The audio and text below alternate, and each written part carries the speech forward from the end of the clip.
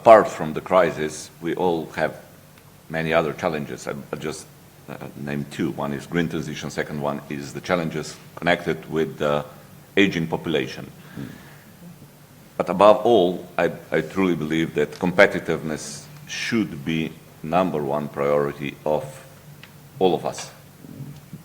No matter what the crisis we have to work on, but the competitiveness is something we talk a lot at the European level. The ECOFIN of the last 2 years, this has been the main topic. But then it lacks action. I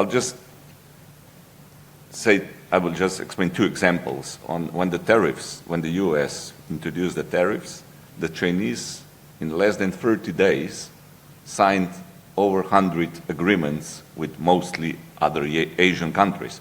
There was some PR behind it, I know. But anyway, so what Europe did. Or I'll go back to something which I remember very often. In the last half a year was 2 times I paid a visit to Saudi Arabia. There was one particular project, a bilateral, important, big projects among the countries, which I introduced to their Minister of Finance. I had 2 meetings arranged, one with the Minister of Finance, the second one with the Minister of Economy. After the meeting with the Minister of Finance, which was Thursday morning, he was thrilled, and he said, but it's not enough that you meet with me. You have to meet also with the Minister of Natural Resources and Minister of Investments. He says, yes, but I'm leaving tonight, and I know it's Thursday, so it's like, the day before your weekend. He says, that's not a problem.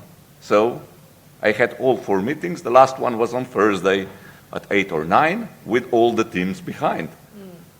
Can you imagine this in Europe? To be able to move so fast? I don't think so. So what I think it's the #1 things we should do in our countries, but also in the EU level, we have to rethink how to govern reforms at the EU level. It should be much more of a top-down approach. So it's not enough just to announce the initiatives. We need a clear governance shift that will ensure the coordination across programs, across portfolios, and which will focus on results. Yeah, Europe needs to be, it's very clear listening to you, Europe needs to be more agile, more flexible to enhance competitiveness. I think the example of Saudi Arabia is a very stark one in contrast. I really believe the biggest challenge today to address the competitiveness is the governance of European countries and of the EU. I'll be more provocative.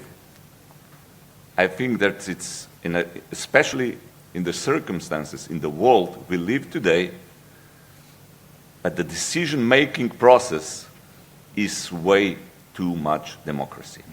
Sorry.